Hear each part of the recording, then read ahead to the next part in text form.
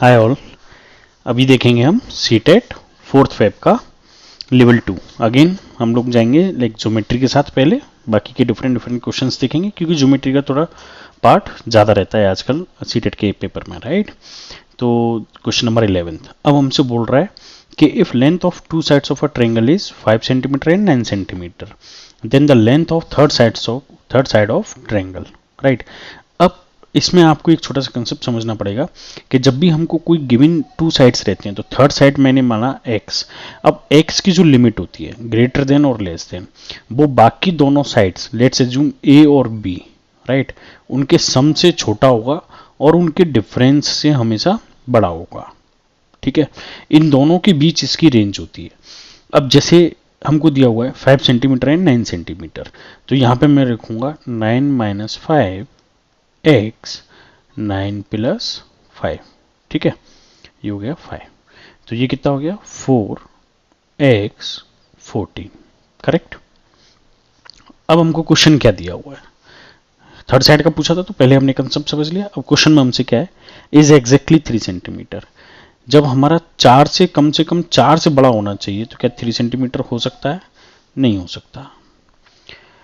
Would be any length greater than 4 centimetre and less than 14 centimetre? बिल्कुल हो सकता है, तो आंसर ये सही है। Could be any length greater than 2 centimetre and less than 10? 2 तो हो ही नहीं सकता, ये भी गलत है, करेक्ट। इज एग्जैक्टली 15, अगेन 14 से अबव है 15, तो ये भी नहीं हो सकता। तो ऑप्शन हमारा क्या है 2।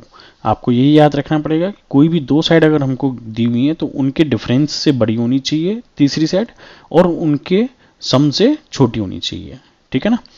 ये एक छोटा सा इसमें ये कंसेप्ट है। Question number 12, a maximum exterior angle possible to the regular polygon. ठीक, रेगुलर पॉलीगन का मैक्सिमम पूछा है तो मैक्सिमम एक्सटीरियर एंगल कितना हुआ जब हमारा मिनिमम रेगुलर पॉलीगन की हम लोग बात करेंगे। तो रेगुलर पॉलीगन मिनिमम क्या होता है हमारा? ट्रायंगल, इक्विलेटरल ट्रायंगल, ठीक है। अब इक्विलेटरल ट्रायंगल में आप जानते हैं कि लाइक जैसे ये मैं साइड्स को अगर आगे बढ़ा भी दूं तो उस केस में ये इक्विलेटरल ट्रायंगल के इंटरनल एंगल कितने होते हैं हमारे? 60 डिग्री। तो मिनिमम एंगल जो हो सकता है रेगुलर पॉलीगन का वो 60 डिग्री, और ये एंगल जब मिनिमम होगा तभी तो हमारा एक्सटीरियर एंगल मैक्सिमम होगा। और जो एक्सटीरियर एंगल मैक्सिमम होगा तो वो जो लाइन पे, एक सिंगल लाइन पे, या फिर हम लोग क्या बोलते हैं इसको, दोनों को, लाइक ये टोटल सम कितना हो जाएगा मेरा 180। तो 180 माइनस कितना होता है 60 डिग्री, तो कितना हो सकता है 120, ठीक है। लेकिन रेगुलर पॉलीगन में आप ये लाइक ट्रायंगल के मिनिमम हमने रेगुलर पॉलीगन में सबसे छोटा, सबसे मिनिमम साइड्स वाला, मिनिमम एंगल वाला रेगुलर पॉलीगन लिया, ठीक है ना। अब जब आप 4 साइड्स में जाओगे तो वो 90 भी हो सकता है, कम भी हो सकता है, तो वो डिफरेंट डिफरेंट वैल्यूज हो जाती हैं। तो इसलिए हमने ट्रायंगल मिनिमम लेंथ के साइड लिया, तभी हम ये एंगल बता सकते हैं, क्योंकि यहाँ पॉलीगन इन्होंने बोल नहीं रखा कि कितनी साइड्स और क्या डेफिनेशन है पॉलीगन की। तो हम अपनी अंडरस्टैंडिंग के हिसाब से मिनिमम पॉलीगन लेंगे ट्रायंगल, और ट्रायंगल इक्विलेटरल ट्रायंगल, क्योंकि रेगुलर पॉलीगन चाहिए। तो इक्विलेटरल लेने के बाद इंटरनल एंगल 60 डिग्री हो गया, तो एक्सटीरियर एंगल कितना हो जाएगा 120, ठीक है ना। यही होता है ये, लाइक एक छोटा सा कंसेप्ट के साथ और आप इसको लिख के समझ सकते हो, but I think explanation is more than enough. Still if you need any detail please feel free to let us know. If all the vertices of a polygon are joint to a point which is not in the plane of polygon, मतलब plane, जैसे अभी step पे मैं लिख रहा हूं यहाँ पे, तो ये हो गया मेरा प्लेन, ये सर्कल बना दिया मैंने या फिर ये स्क्वायर बना दिया, ठीक। अब इनमें से वर्टिसेस से जो भी एक लाइन निकलेगी वो इनके बाहर निकलेगी, ठीक है, ऐसे करके। खैर सर्कल में तो कोई वर्टिस है ही नहीं, ठीक। तो बोल रहे हैं कि the resulting shape obtain will be, कह रहा है कि नॉट इन द प्लेन, मतलब एक ही उसमें नहीं है। हिंदी में कैसे बोला जाता है, जो बहुभुज के समतल यानी कि तल में नहीं है, ठीक है ना, मतलब सेम प्लेन पर नहीं है। कोन, क्या वो शेप कोन बनेगा? कोन क्यों नहीं बन सकता? क्योंकि कोन वो जोकर की टोपी वाला हो जाता है, मतलब कोन का जो समतल होगा वो नीचे सर्कुलर हो जाता है, ठीक। तो इसमें वर्टिसेस है ही नहीं, तो इसको आई डोंट नो कैसे ये लोग लाइक बोलेंगे, तो ये आंसर हमारा गलत है, ठीक। सिलेंडर, सिलेंडर में अगेन कोई वर्टिसेस नहीं है, ठीक है, ये भी सर्कुलर हो जाते हैं दोनों। प्रिज्म, प्रिज्म में आपका कोई भी प्रिज्म हो सकता है, लाइक ये भी हो सकता है, ठीक है ना, लेकिन इस केस में, प्रिज्म के इस केस में क्या ये एक पॉइंट पे मैच करेंगी? नहीं।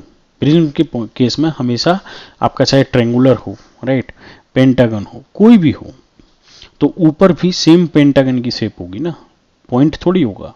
लाइक ये इससे मैच करेंगी सारी की सारी वैल्यू, तो ऊपर पेंटागन होगा, पॉइंट नहीं होगा, तो ये वैल्यू भी नहीं होगी। बचा क्या हमारा? पिरामिड। तो पिरामिड इसीलिए क्योंकि जैसे अगर ऊपर से आप देखेंगे तो एक ही पॉइंट पे आपको ऐसे मैच होते हुए दिखेंगी सारी वैल्यू, करेक्ट। तो आंसर कौन सा होगा हमारा? पिरामिड। सारी शेप्स आपको बस समझनी थी इसमें, और कुछ नहीं है। क्वेश्चन नंबर 13 का आंसर आपका पिरामिड है। Question number 14, which of the following is not correct? ठीक है, तो नॉट करेक्ट बताना है, यानी कि बाकी के सारे तो क्या है, मतलब जो कि सही है। नॉट करेक्ट मतलब सही नहीं है, ठीक है ना। निम्न में से कौन सा कथन सही नहीं है? A quadrilateral can be constructed uniquely if the length of its four sides and diagonal are given. Obvious सी बात है कि अगर मेरे को क्वाड्रिलेटरल दिया हुआ है, मेरे को ये सारी लेंथ मालूम है, और इनके इन four sides and diagonals are given, मेरे को डायगोनल गिवन है, तो फिर बचा क्या मेरे को इसमें बनाने के लिए? यूनिकली बना सकता हूँ मैं, ठीक है, तो ये सही है। Quadrilateral can be constructed uniquely if it's two diagonal and three sides are known. अगर दोनों डायगोनली वैसे मोर देन एनफ होते हैं, राइट, और साथ में हमारे पास तीनों साइड्स भी हैं, तो एक चौथी साइड हम आसानी से निकाल सकते हैं, तो ये कथन भी हमारा सही है। A quadrilateral can be constructed uniquely if it's two sides and three angles are given. अब जैसे माना ये क्वाड्रिलेटरल जिसकी दो साइड्स हैं मेरे पास, ठीक है, अब कोई तीन एंगल है, लेकिन यहाँ पे तो मेरे को एक एंगल है, पता नहीं तीन एंगल जो दिए हुए हैं वो ये तीन एंगल दिए हुए हैं या उसमें ये भी इंक्लूड है, I don't know, I don't have any idea, right. तो मुझे कोई बहुत आइडिया नहीं लगेगा इससे कि तीन एंगल की क्या वैल्यू होगी, उनके लिए मुझे कैसे साइड्स बनानी पड़ेंगी, कितनी डिस्टेंस पे, तो इसमें यूनिक क्वाड्रिलेटरल बनाना मुश्किल है, right. A quadrilateral can be constructed uniquely if it's three sides and two included angle. अब जैसे ये तीन साइड्स हो गई, राइट, और ये दोनों इंक्लूडेड एंगल बोला है, ठीक है ना, ये दोनों एंगल मुझे पता है, तो ऑब्वियस सी बात है जब ये तीनों साइड्स पता है मुझे, ये दोनों एंगल पता है, तो ये चौथी साइड्स की वैल्यू निकालना मेरे लिए आसान होगा। और मुझे पता है क्वाड्रिलेटरल के इंटीरियर एंगल का सम 360 होता है, तो यहाँ पे मैं बना सकता हूँ, लाइक बहुत सारे एनालिसिस में जाके मैं कोशिश कर लूँगा, लेकिन फिर भी यहाँ पे थर्ड ऑप्शन में मैं नहीं बना सकता कैसे भी, तो फिर ऑप्शन मेरा थर्ड जो है वो यहाँ पे करेक्ट आंसर होगा, मतलब नॉट करेक्ट मतलब जिससे क्वाड्रिलेटरल नहीं बन पाएगा, ठीक है ना। करेक्ट और नॉन करेक्ट को आपको थोड़ा सा यहाँ समझना पड़ेगा। क्वेश्चन नंबर 15 पे आते हैं। Which of the following constructs is possible, right, मतलब इनमें से किस में हम बना पाएंगे जो भी ज्योमेट्री इन्होंने दी है। और ओके, ट्रेंगल है, तो बोल रहे हैं triangle ABC which measure angle A 60 degree, angle C 120 degree and A B is 5 centimetre. तो अब इनसे ये बोला जाए कि ट्रेंगल के इंटीरियर एंगल का सम कितना होता है, 180 डिग्री, और इन्होंने इन दो एंगल्स का सम ही 60 प्लस 120 कितना हो गया, 180, तो तीसरा एंगल क्या मतलब 0 डिग्री का बनेगा। It's not possible, right. अगर ट्रेंगल बना रहे हैं तो 0 डिग्री का एंगल नहीं होगा, कम से कम 1 डिग्री का तो होगा, राइट, 0.1 डिग्री का तो होगा, लेकिन एंगल जरूर होगा, बट 0 का नहीं हो सकता। तो इस केस में हम ट्रेंगल नहीं बना सकते। Triangle ABC with which measure like angle A 85, angle B 115। अब यहाँ पे भी हमको सेम कंडीशन है कि 115 और 85, ये कितना हो गया आपका 5 + 5 0 10, 8 9 और एक 10, 1 and 1 2। जब ट्रेंगल के इंटीरियर एंगल का सम ही 180 डिग्री होता है तो ये 200, जब दो ही एंगल में 200 हो गया तो तीसरा एंगल क्या लाइक कहाँ से आएगा उसका एंगल, तो ये भी नहीं बना सकते। Triangle XYZ with sides XY 3, YZ 4 and XZ 5। इस केस में हमारा आपको वो पाइथागोरस थ्योरम अगर याद हो तो उसके अकॉर्डिंग हो सकता है, ये 5 हो जाए, ये 4 हो जाए और ये 3 हो जाए। क्यों? क्योंकि 5 का स्क्वायर जो होगा वो 4 का स्क्वायर प्लस 3 का स्क्वायर, ये 25 होगा, ये भी आपका 16 हो जाएगा, ये 9 हो जाएगा, 16 + 25, राइट। तो ये इक्वेशन अगर मैं लाइक आपका ये 90 डिग्री वाला ये पाइथागोरस थ्योरम लगा के एंगल बनाता हूँ, राइट, ये ट्रेंगल बनाता हूँ, तो ये बन जाएगा मेरा, ठीक। Triangle P Q R with sides P Q 3 centimetre, P R 5 centimetre and Q R 6 centimetre. अभी अभी ऊपर जो मैंने क्वेश्चन सॉल्व किया था, राइट, कोई भी दो साइड्स गिवन हो जिनका डिफरेंस से लाइक तीसरी साइड मेरी बड़ी होगी और सम से छोटी होगी। अब आप देखिए, अगर माना किसी क्वेश्चन अगर यहाँ पे मुझे ये दो साइड्स दी हुई हैं, राइट, 3 और 6, तो मैं 6 माइनस 3 एक्स और 6 प्लस 3, तो 6 माइनस 3 इक्वल्स टू कितना हो गया मेरा 3, ये x हो गया, और ये 6 प्लस 3 कितना हो गया मेरा 9, तो ये 3 हो गया और ये 9 हो गया। और जबकि तीसरी साइड क्या दे रखी है यहाँ पे 2, तो क्या 3 से बड़ा है मेरा 2? नहीं। तो क्या यहाँ ट्रायंगल बन पाएगा मेरा?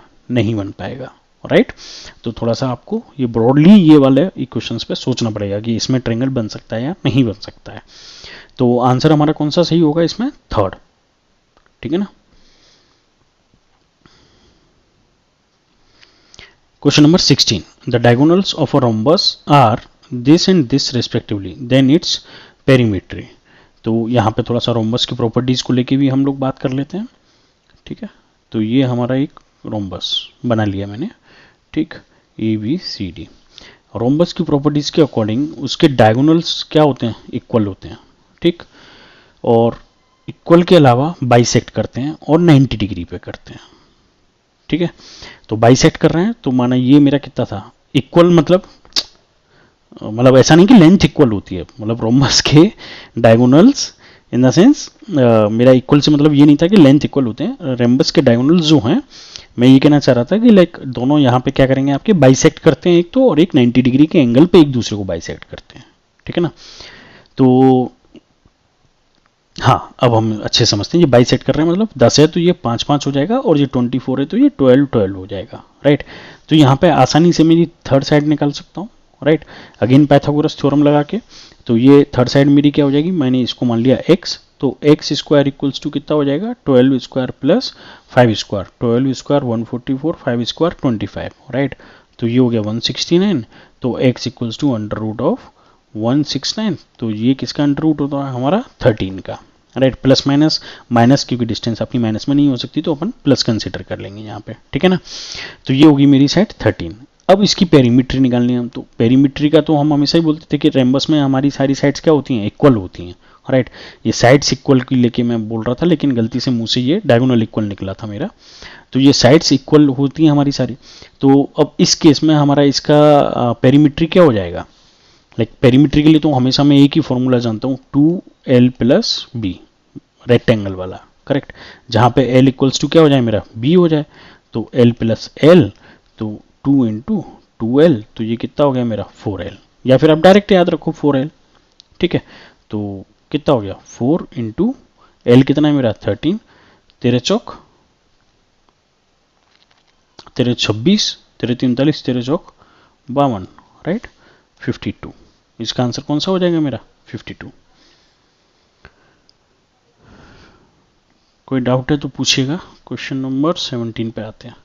Water tank is a shape of a cylinder, right, ये हो गया मेरा सिलेंड्रिकल शेप, ठीक, हुज बेस रेडियस इज 1.5, ठीक, और हाइट हमको दी हुई है 70 centimetre.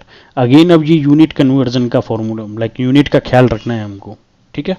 The quantity of water in litre, again यहाँ लीटर में हमको ख्याल रखना है। हमने आपको बताया था एक और वीडियो जो बनाई थी हमने मैथमेटिक्स की, इसी की, उसमें हमने आपको बताया था कि 1000 लीटर इक्वल्स टू क्या होता है? 1 मीटर क्यूब, ठीक है ना। और जबकि डायमेंशन हमको मीटर क्यूब में दी हुई है, इस सेंटीमीटर को हम लोग मीटर में कन्वर्ट करेंगे तो डिवाइडेड बाई 100 कर लेंगे, राइट, क्योंकि 1 मीटर इक्वल्स टू क्या होता है हमारा? 100 सेंटीमीटर। ये डायमेंशंस का अलग से ख्याल रखना पड़ता है, ठीक है ना। The tank can be store water, जितना इसका वॉल्यूम होगा उतना वाटर स्टोर करेगा, सिंपल सा है। तो एक इसका सिलेंड्रिकल शेप का वॉल्यूम कितना होता है हमारा? पाई आर स्क्वायर, मतलब ये नीचे वाले सर्कल का एरिया मल्टीप्लाइड बाई इसकी हाइट, ठीक है। तो पाई की वैल्यू होगी 22/7, आर की वैल्यू कितनी है? 1.5। तो क्योंकि मैं मीटर में ही निकालूंगा, क्योंकि फाइनल आंसर मुझे लीटर में देना है, तो वो मुझे रिलेशन पता है। अब ये सेंटीमीटर में लिखा है तो 70 डिवाइडेड बाई मैं कर दूंगा 100, तो ये किस में आ गया आपका? मीटर में। तो 7 से ये 70 10 टाइम्स गया और ये एक जीरो खत्म हो गया यहाँ, ठीक है ना। और ये दोनों पॉइंट हटा के नीचे वापस मैंने 100 कर लिया। 5 से ये 3 टाइम्स गया, 5 से ये आपका 20 टाइम्स गया, 5 से अगेन 3 टाइम्स, ये आपका 4 टाइम्स, ठीक है ना, ऐसे ही जाएगा आपका। अब ये 2 बचा, तो इसको 2 और ये इसको हम 11 कर लेंगे। तो इफेक्टिव इक्वेशन क्या होगी, 11 into 3 divided by 2 into 10, that is कितना हो गया मेरा, ये मेरा वॉल्यूम हो गया, ये मीटर क्यूब में हो गया। लेकिन मुझे आंसर किस में देना है, लीटर में। तो इसको मल्टीप्लाई बाई 1000 करूंगा तब ना मेरा लीटर में कन्वर्ट होगा। 1 मीटर क्यूब इक्वल्स टू कितना होता है, 1000 लीटर। तो इसको मल्टीप्लाई बाई 1000 करूंगा मैं। तो इफेक्टिव इक्वेशन क्या होगी, इंटू 3 इंटू 1000 लीटर में कन्वर्ट हो गया मुझे, ठीक है ना, डिवाइडेड बाई 2 इंटू 10, ये 10 से 10 ये कैंसिल हो गया, और 2 से ये आपका कितने टाइम्स चला गया, 50 टाइम्स, ठीक है ना। तो इफेक्टिवली ये कितना हो गया आपका, 11 या 33 या 99, 99 इंटू 50, ठीक है। ओ, ये दूसरा क्वेश्चन स्टार्ट हो जाएगा यहाँ, एक सेकेंड रबर, ठीक है। तो ये 0, 5 नाम 45, 4 और 5 नाम 45 और 4 49, तो 4950 लीटर। ऑप्शन कौन सा हो जाएगा आपका, 2। इसमें आपको कुछ नहीं करना था, कितना वाटर स्टोर करेगा, जितना इसका वॉल्यूम होगा। वॉल्यूम क्या होता है सिलेंडर का, उसके बेस का area pi r square multiply by उसकी हाइट, ठीक है ना। उसको वैल्यू पुट कर दी हमने, बस हमको यूनिट का ख्याल रखना था। तो 70 सेंटीमीटर को मैंने पहले मीटर में कन्वर्ट किया, और जो मीटर क्यूब में आया उसको मैंने किस में कन्वर्ट किया, लीटर में, क्योंकि मेरे को पता है 1 मीटर की इक्वल्स टू कितना होता है मेरा, 1000 लीटर। नेक्स्ट क्वेश्चन पे आते हैं 18। If the parallel side of a trapezium, ठीक है, आर, ट्रेपेजियम की शक्ल कुछ ऐसी होती है, ठीक है ना, ए बी सी और डी, ये होगी 12 और ये होगी 6, ठीक है, ये होती है इसकी height. Parallel side of trapezium are its area, okay, trapezium का एरिया क्या होता है, A T 1/2 A plus B into H. इसमें ए प्लस बी क्या होता है आपका, ये पैरेलल साइड्स, करेक्ट। तो 1/2 12 प्लस 6, ठीक है ना, इंटू एच, एच हमको मालूम नहीं है, ये हो गया मेरा 80 trapezium. It's area is equals to the area of square, okay, किसी और रिलेशन के थ्रू हम इसकी एच निकालेंगे, ठीक है ना, area of the square whose diagonal, ठीक। अब स्क्वायर में इन्होंने डायगोनल दिया हुआ है, ये हो गया मेरा स्क्वायर। स्क्वायर में मेरे को ये डायगोनल पता है, ठीक है। तो या तो आप उस तरीके से जाइए कि डायगोनल के स्क्वायर इक्वल, क्योंकि स्क्वायर में सारी साइड्स इक्वल हो जाती हैं, है ना, और लाइक सेम ज्योमेट्री हो जाती है, सारे एंगल आपके 90 डिग्री हो जाते हैं।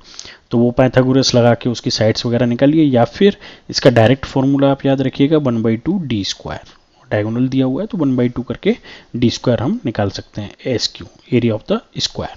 तो हमको एरिया ऑफ द स्क्वायर कितना दिया हुआ है, 1/2। अब डी स्क्वायर मतलब इसका डायगोनल का स्क्वायर, 6√2 का स्क्वायर, तो 1/2, 6 का स्क्वायर 36, √2 का स्क्वायर 2, तो 2 से 2 कैंसिल हो गया, तो ए ऑफ स्क्वायर कितना आ गया मेरा, 36। तो ये दोनों एरिया आपस में क्या हैं, इक्वल। तो इन दोनों एरियाज को मैं यहाँ पे इक्वल लिख लेता हूँ। कितना आ जाएगा मेरा, लाइक 1/2 कितना था ये, 12 और 6 18 इंटू एच, ठीक है ना, क्योंकि 12 एंड 6 दिया हुआ है ना दोनों, इक्वल्स टू 36, राइट। तो क्रॉस मल्टीप्लाई कर लेंगे, 18 H equals to 36 into 2, H equals to 36 into 2 divided by 18, 18 दूनी 36, 2 दूनी 4, तो एच इक्वल्स टू कितना आ जाएगा मेरा यहाँ पे, 4, फाइनली वैल्यू आ जाएगी। तो आंसर कौन सा सही हो जाएगा मेरा, फर्स्ट सही हो जाएगा, ठीक है ना। ओके, ये तो फिर अगले सेक्शन के क्वेश्चन चालू हो गए। तो ज्योमेट्री से रिलेटेड, रोम्बस, ट्रायंगल, ये यही सारे क्वेश्चन हैं इसमें, और लगभग मैंने कोशिश की है सारे कंसेप्ट्स कवर करने की। बट उसके अलावा आपको अगर कोई कंसेप्ट ऐसा लगे कि नहीं और डिटेल चाहिए या अच्छे से डिस्कस करना है, तो आप फ्रीली मेरे को कमेंट करिए, मैं और कोशिश करता हूँ उसके ऊपर आपको और अच्छे से एक्सप्लेन करने का, ठीक है ना। Thank you.